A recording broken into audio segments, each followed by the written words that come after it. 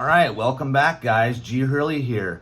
So today I thought we'd do a bottle and artifact review and cleanup from the dump dig that we did with Ivanka a couple weeks ago. But before we do that, I want to announce that this channel has reached 100 subscribers and has exceeded 100 subscribers in a pretty short period of time.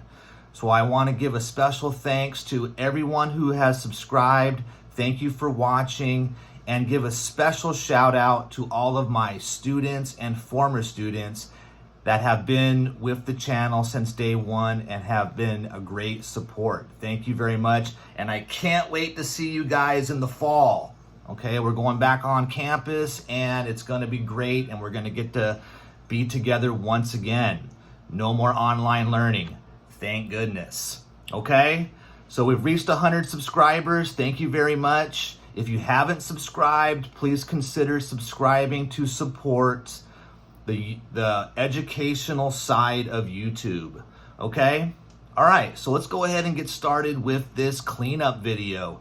So when you guys saw us out there digging, all of these artifacts and bottles were completely caked with mud and slime and all of that stuff. I had time to clean them and they came out great. Okay, so I want to go through each of these with you. I think we found some really interesting pieces on that last dig. Now Ivanka, she was on fire and she found most of these items. She's a great digger. So everything you see here, except for maybe one or two, are things that, artifacts and bottles that she found. Okay, all right, so let's start off with, let's start off with this large medicine bottle.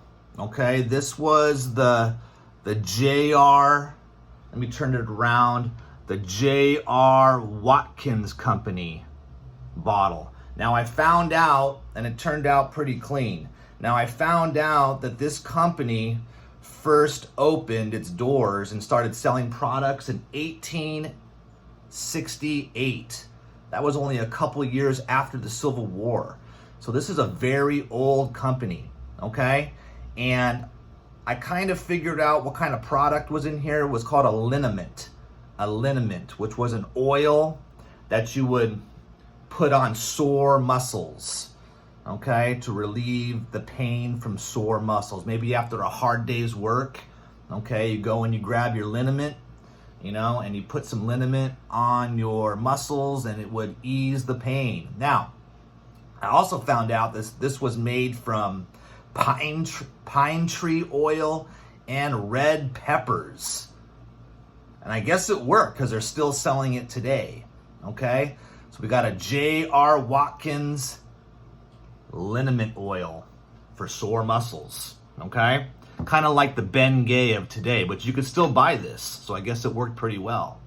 All right, so that was an interesting one. Okay, another medicine that Ivanka found was this bottle, and I love this bottle, Chamberlain's, and you could see the colors coming out of it. That's what happens when something is buried for 100 years. It oxidizes and you get those nice rainbow colors on there. But Chamberlain's, and notice you could barely fit any liquid in there. But this was a cough remedy. Okay, this was a cough remedy. Not quite sure what they put in the cough remedy. Probably some stuff that we wouldn't take today. But yeah, Chamberlain's. And you could probably fit just enough cough medicine in there for maybe 2 sips of cough medicine. Okay, but I really like this one, Chamberlain's cough remedy. All right, let's keep going. All right, over here. Now, when we first dug this, you probably remember if you saw the last video, I thought this was a Listerine. It's not. It's a Pepsodent. It is a mouthwash, but it's a Pepsodent antiseptic. Now, I know Pepsodent makes lots of toothpaste. You might have heard of it before. I don't know if they still make mouthwash, but this turned out to be a Pepsodent mouthwash antiseptic with the cap. okay, with the Bakelite cap. Remember Bakelite, guys. Bakelite is a precursor of plastic. Before we had plastic, we had something called Bakelite, okay? And Bakelite, I guess, will last hundreds of years, or at least 100 years. It still works. So Bakelite is pretty durable material. All right, let's keep going here. Had a milk glass, obviously called milk glass because it's white, but I found out this was called mentholatum. Mentholatum, another muscle rub. Okay, so if you had some sore muscles, take a little mentholatum, rub it on the muscle, and it was supposed to relieve the pain.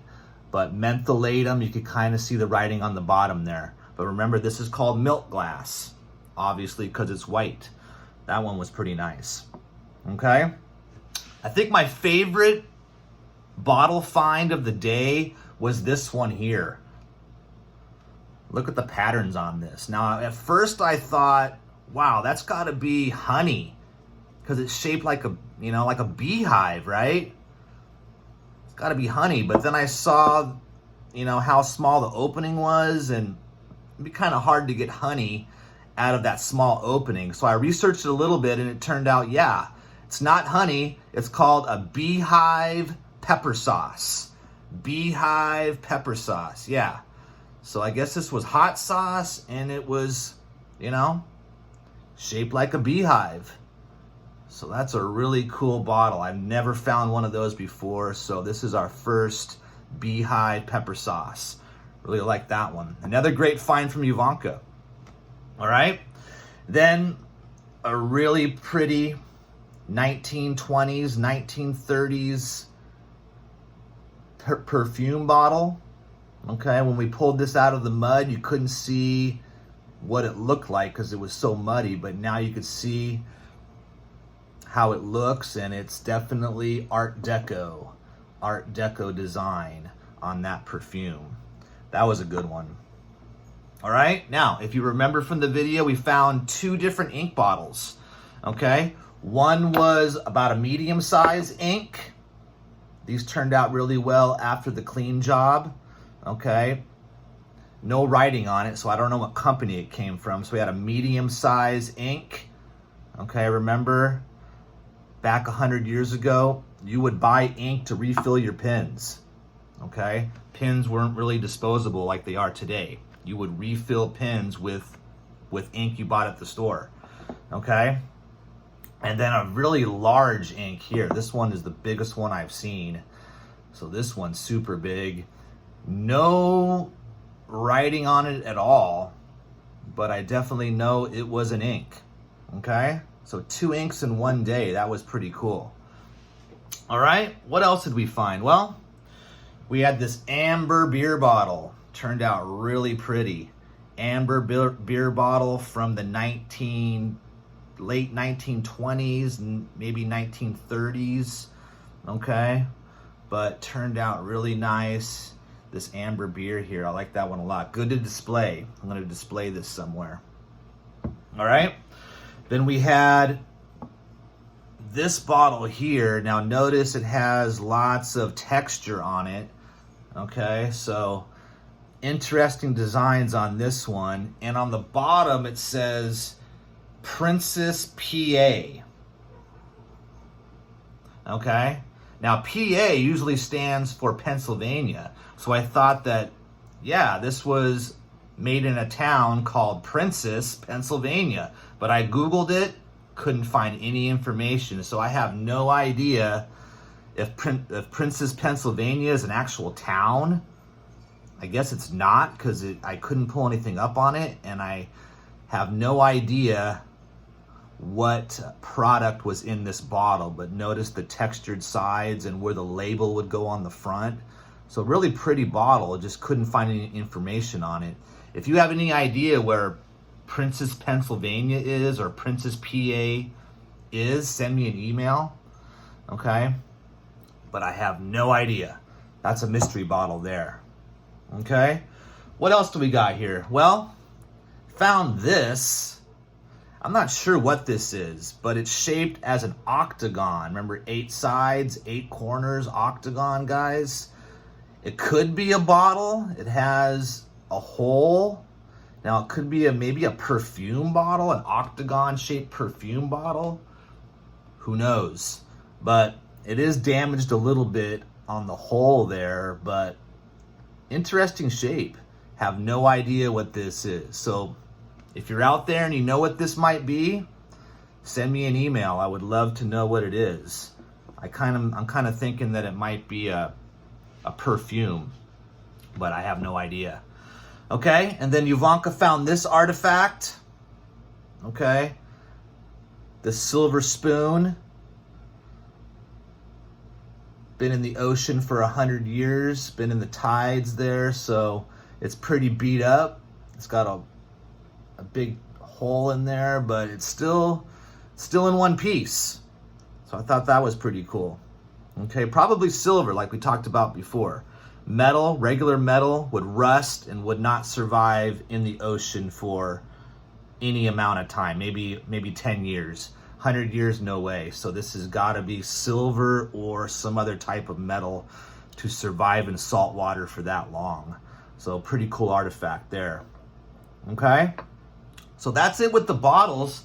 Now we also found one marble that day, and I want to show you what I did with this marble collection. I put it in, let me move the camera here. I put it into a frame. Okay, I want you to be able to see the whole thing. Okay, that works.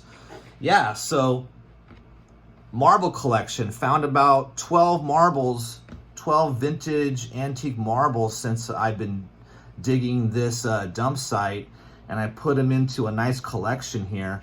This is the one that Ivanka found in the last video. You can't really see it too well because it was clear. Remember, it was totally clear with some white swirls in it. Now, marbles, there's a lot of collectors of marbles, and they know exactly what kind of marbles these are. These all have different names to them.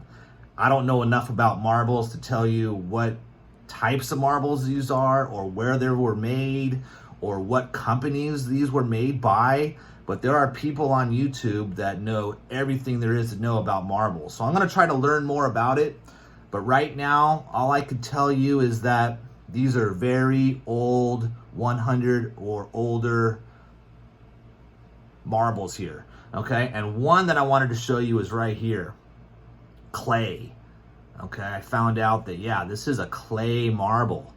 So we're talking maybe 150 years old here.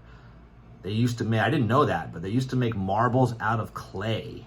So we got a clay marble here, got the one that Ivanka found at the dump site on the last video right here, and a lot of other cool marbles here.